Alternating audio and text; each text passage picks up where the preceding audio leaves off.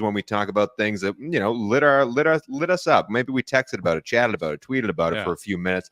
Wasn't big enough to get a main storyline. Social superstar of the week goes to, surprisingly, DIY, Tommaso Ciampa and Johnny Gargano. Why, Bob?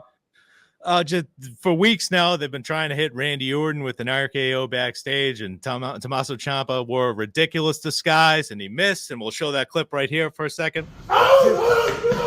And also, it's just an excuse for me to talk about DIY and how they've never won titles on the main roster, and they have the chance to become champions tomorrow night on SmackDown when they face A-Town Down Under, Grayson Waller and Austin Theory. I'm so ready for that tag team to be done. Give the titles to DIY, and congratulations. If you don't win the titles, at least you won this week's Social Superstar of the Week. You can take that home. You can take that one home. Let's dive into the promo of the week. Bob, we already talked about him, but talk about him again, man. Bron Breakker.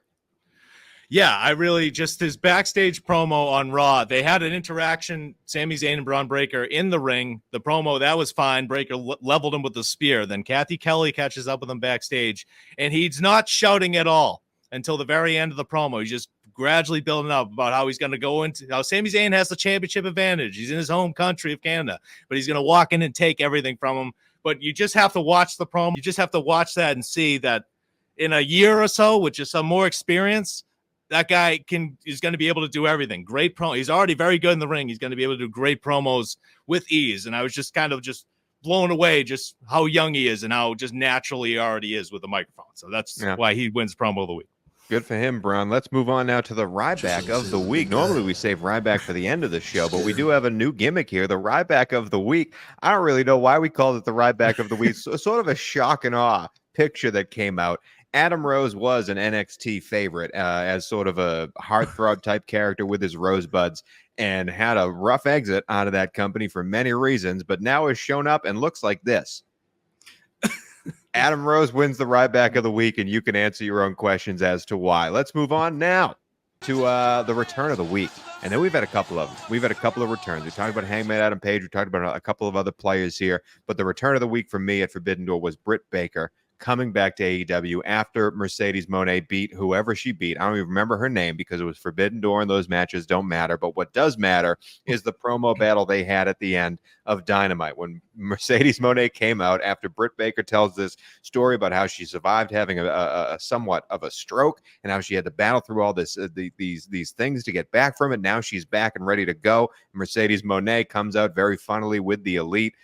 Balloons coming down, and they have a back and forth, man, that got me juiced. I've been waiting for Mercedes Moné to have something important. We've kind of had some stuff with Willow Nightingale, but Baker versus Moné puts butts in seats, and I'm very excited about that, Bob. With the headlines of the week, this is when we talk about what the world of wrestling will be talking about next week. Bob does WWE. I do AEW. I'll go first because I know Bob struggles with these, so I'll give him another second to collect himself.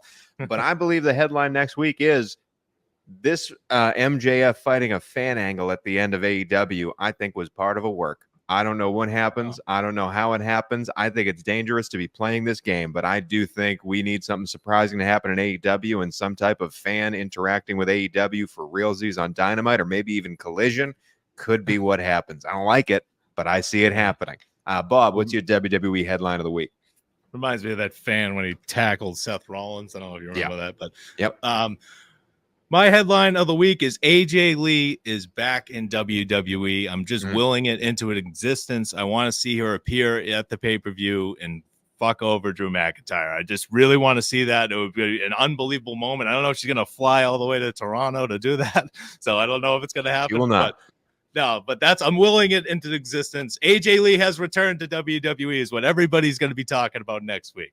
And that is it for the Ridiculously Lame Wrestling Show for Robert Lentini. My name is Tony Squares, but before we get to Money in the Bank, we have to check in, as we do every week, with This Week in Ryback.